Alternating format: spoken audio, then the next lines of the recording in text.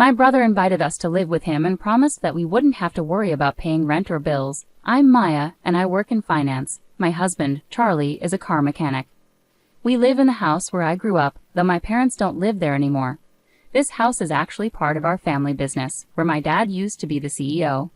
My brother was supposed to take over the company, so he studied economics in college. He even went to Oxford University to learn more about business management. After he came back to the US, he worked with our dad for several years. Eventually, our parents wanted to retire and move to a peaceful place like Aspen, Colorado, to enjoy nature.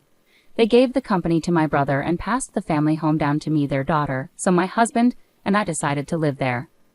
The house is in a great location, just a 5-minute walk from the train station. There are shops, hospitals, and schools nearby. This makes it easy for us to live here, even when our children grow up and move out. I'm really thankful that my parents gave us this house. We were planning to grow our family and live happily, but we never imagined that our lives would be turned upside down by such an incident. After we moved into the house, my mother-in-law started visiting a lot. Knowing my parents own a business, she often asks about their money since we got married. Maya, how much do your parents have? How much will you inherit when they pass away? She frequently asks. She talks about these things so often that I find it quite unpleasant. Not wanting to be too direct, I usually say, I'm not sure. I've never really thought about it. I already got the house, so I might not get any money. Even though I laugh it off and respond casually, she persists, saying, that can't be true, can it? Your parents are over 60. Anything could happen. They must have discussed their assets with you. She seemed so interested in the money that I was convinced she was counting on my parents' wealth. I already know how much I'll inherit, but I decided to keep it a secret from my mother-in-law and my husband, who is close to her. Then something shocking happened. Without any warning, my mother-in-law and my brother-in-law's family moved into our house. Around 8:00 a.m. on a holiday, the doorbell rang unexpectedly. When I opened the door, there were movers. I was shocked and confused. My mother-in-law and brother-in-law's family were there, saying, we're going to live here from today, so please take care of us. Their grinning faces sent chills down my spine. My husband woke up then, and when I asked him to explain, he said nonchalantly, what's the problem if Mom and the others move in? The house is spacious, so you should be able to spare some room. He acted as if it was perfectly normal to let them move in. I was already shocked that we were all going to live together, but then my sister-in-law said something even more outrageous. Maya, your brother invited us. Since he called us, we won't be paying any rent or utilities, so we're counting on you, Maya. My brother-in-law started going into various rooms without permission, saying, this room gets good sunlight, so give it to us. Charlie, move all the stuff in here out to the hallway. I felt dizzy from all this. This is my house, but they were opening rooms and trying to claim them as their own. My mother-in-law and sister-in-law's family have always lacked common sense, especially my sister-in-law, who once rummaged through my bag without asking. If things continue like this, they'll take over my room. Enough is enough. This is my house. Why are you acting like you own this place? I've had it. I want everyone to get out. I don't usually lose my temper or raise my voice in anger, but seeing these people move into the house my parents gave me without permission and acting like it was theirs pushed me over the edge. That's why I shouted at all 3 of them. But then something unexpected happened. How dare you talk to us like that? You're the one who should get out. In that moment, I felt a sharp pain in my cheek. I realized I had been slapped. It took a few seconds to register what had happened. I was stunned, feeling the throbbing ache in my cheek. At that moment, something inside me snapped. I couldn't live with people who would do something like this. This house belongs to me. I didn't want them living here like parasites, so I packed my things and left, planning to inform my family about what happened. I had to find a place far from here, so I rented an apartment for the time being. I'll have to commute to work from there. The moment I told my parents about what happened over the phone, I could sense their anger, even from a distance. Especially my dad. He's always been loving and supportive, both as a strict CEO and as a caring father who would help us out whenever we needed it. I didn't want to drag my parents, who were on the brink of retirement, into this mess, but I had no choice when my own inherited home was being taken from me. While I stayed in the monthly apartment, I was sure my husband and his family were freely using my house, so I decided to follow a suggestion from my brother and father. A few days later, during my break, I checked my phone and saw dozens of missed calls and messages from my husband. I knew exactly why he was trying to reach me. Earlier, I had called the water and electric companies to shut off the utilities. Our house relies entirely on electricity, and we haven't installed solar panels yet, so cutting off the electricity meant everything would stop working. It's hot right now, so living without electricity and water must be tough for them. I was just about to ignore it when my husband called again, perfectly timed with my break. Hey, what's going on? There's no electricity and the water isn't working. Did you cut off the electricity and water? My husband asked urgently over the phone. The house is mine, so now that I'm not there, I could leave the electricity and water on, right? That's why I had them cut off. If I kept them on, I'd have to pay the bills even though I'm not living there. I can't accept that, so naturally, I had them cut off. After this, my husband was furious and demanded that I immediately restore the utilities. But just because he said so didn't mean I would agree with him. If they wanted the utilities back on, they should pay for it themselves. They'd always say, "It's your house, so you should pay," but their words and actions don't match up. I have no intention of renewing the utilities or giving in to their demands. I simply told them, if you don't like it, then leave the house immediately, and hung up because my break was ending. Later, my mother-in-law, sister-in-law, and brother-in-law all called me, saying the same thing. They wanted me to reconnect the electricity and water. They complained about the heat and discomfort in their rooms and how inconvenient it was without water. But I saw all of this as their problem, not mine. After listening to their complaints, I told them to handle it themselves and ended the call. I figured they were just being greedy and hoped they would give up and leave soon. Even after a whole week passed, they still hadn't left, so I decided to take action. I talked to my father's company's lawyer and asked him to send a notice to my husband. The notice said they were trespassing because they had come into my house without asking, kicked me out, and started living there like it was theirs. I warned them that I might take legal action. My husband was shocked to get the lawyer's letter. He came to me worried, asking why I had gone so far. Hey, what's happening? Why did I get this from a lawyer? Did it have to come to this? He didn't expect me to take such a serious step. He tried to negotiate because he knew a lawsuit would harm our reputation.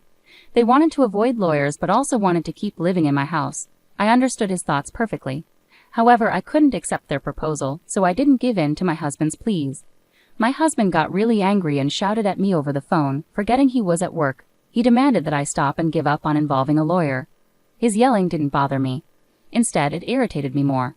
I thought, who do you think you are, taking over someone else's house? No matter how much you yell, I won't change my mind. If you keep squatting there, I'll take legal action. Think carefully about your actions. Despite his continued shouting on the phone, I ignored him and hung up. It felt like a waste of time, and I had already discussed divorce with my lawyer. When I got home, I saw missed calls from my mother-in-law and sister-in-law, but I knew they just wanted to settle things.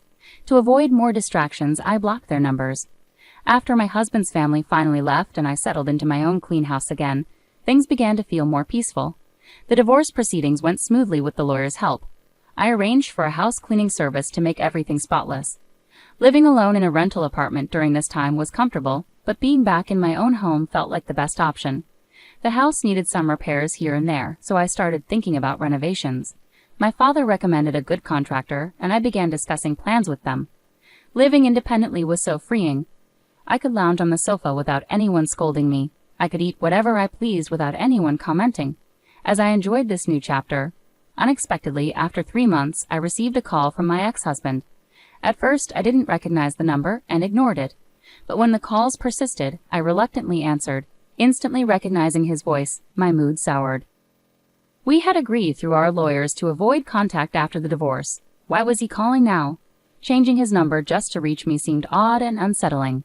I'm sorry, but we agreed not to have any contact. There's nothing left for us to discuss, I firmly stated, ready to end the call. Please, just listen to me for a moment. I need your help, he pleaded, ignoring my attempt to hang up. He went on to explain without waiting for my consent. It turned out that his company was going through a severe financial crisis, leading to a cut in his salary. Meanwhile, my mother-in-law's health was deteriorating, leaving her unable to work. My sister-in-law and her husband were struggling too. He couldn't find stable work, and she was working multiple part-time jobs to cover debts incurred by her husband. The situation was dire, and my ex-husband was finding it increasingly difficult to make ends meet. Upon hearing all of this, I could only muster a flat response. Okay, I see.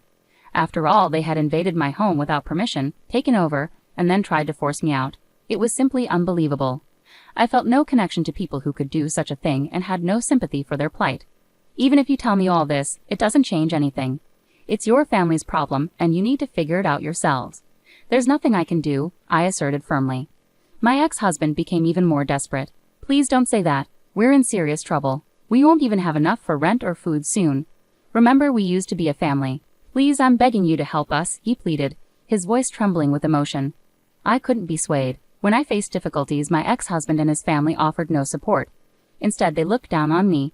Like my mother-in-law, my sister-in-law, and brother-in-law always treated me with disdain.